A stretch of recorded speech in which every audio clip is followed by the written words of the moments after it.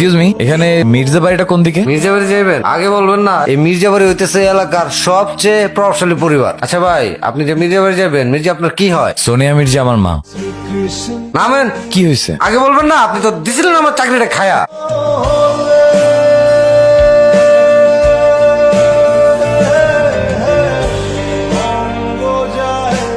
কে তুমি বাবা? মা, তুমি তোমার ছেলেকে চিনতে পারছো না? অর্ক? হ্যাঁ মা, আমি তোমার সেই পাপিষ্ঠ সন্তান, যার কারণে তুমি বারবার অপমানিত হয়েছো, লাঞ্ছিত হয়েছো। তুমি আমার সাথে চলো বাবা, অনেক খেলনা কিনে দেবো, আমার কাছে থাকবে, আমি খাওয়াই দিব, ঘুমাবো আমরা একসাথে। চলো। তোমার সাথে যাবো না, তুমি একটা খারাপ মহিলা। এত বছর পর আসলে। মা, তোমার এই হতভাগা ছেলে তোমার পায়ের নিচে একটু ঠাঁই পাওয়ার জন্য ছুটে চলে আসছে। তুমি আমাকে ফিরিয়ে দিও না মা, আই এম রিয়েলি সরি। আমাকে তুমি মাফ করে দাও মা, আমাকে তুমি মাফ করে দাও।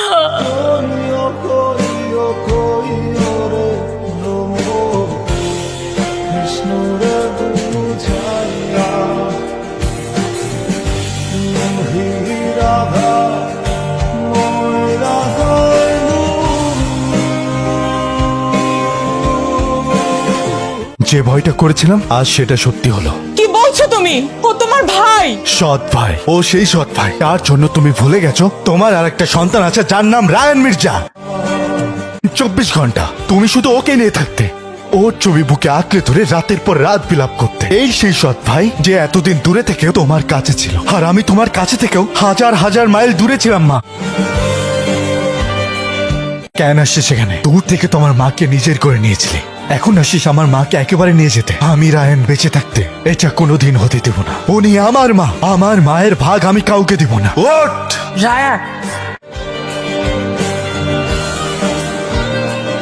ওকে আমার সামনে থেকে চলে যেতে বলো, আমি ওকে সহ্য করতে পারছি না। মা, আমি চলে যাচ্ছি। ক্ষমা ছাড়া তোমার কাছে চাওয়ার আর আমার কিছুই নেই। আমি আসলেই ছেলে হিসেবে ব্যর্থ। আমি শুধু তোমাকে এক নজর দেখার জন্য আসছি, ব্যাস, এর বেশি কিছু না। রায়ান, আমি তোমার মাকে নিয়ে যেতে আসি। তোমার মা তোমার কাছেই থাকবে। হাসি মা।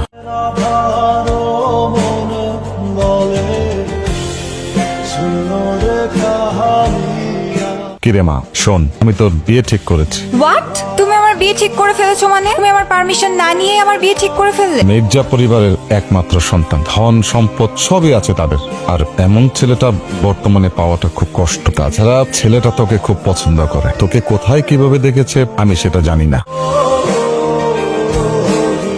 এই সুযোগে সম্বন্ধটা পাকা করে ফেল। ওসব আমি বুঝি না বাবা, আমি এই বিয়েতে রাজি না, তুমি বিয়ে ভেঙে দাও।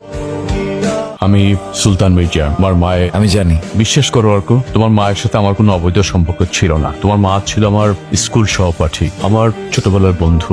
আমরা একসাথে বড় হয়েছি। এরপর থেকে আমি বলছি, আমার বাবার পরিবার আপনাকে আর মাকে নিয়ে অনেক বাজে বাজে কথা বলে, মাকে দোষারোপ করতে থাকে, এবং সেই রাগে, লজ্জায়, ঘৃণায় আমি আমার মাকে ঘৃণা করে যেতাম। যদি না আমার বাবা তার মৃত্যুর আগে আমাকে সব সত্য ঘটনা বলে না যেত। ওখান থেকেই জানতে পারি আপনার আর মার কোনো দোষ ছিল না।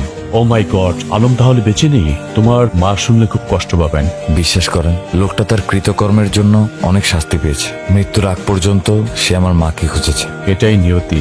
মানুষ আসলে বেঁচে থাকতে কিছু বুঝতে পারে না। একটা কথা না আমার মাথায় কিছুতেই ঢোকে না, আমার বাবা আপনাদের সাথে এত বড় অন্যায় কেন করলো? কারণ তোমার বাবার অফিসের এক কলিগের সাথে অ্যাফেয়ার চলছিল। তাকে বিয়ে করার জন্য সেই জঘন্য প্ল্যানটি করে, যদিও সেই মেয়েটি তোমার বাবাকে শেষ পর্যন্ত বিয়ে করেনি। এসব বাদ দাও তো, চলো আমার সাথে চলো, আমার মা তোমার জন্য অপেক্ষা করছে।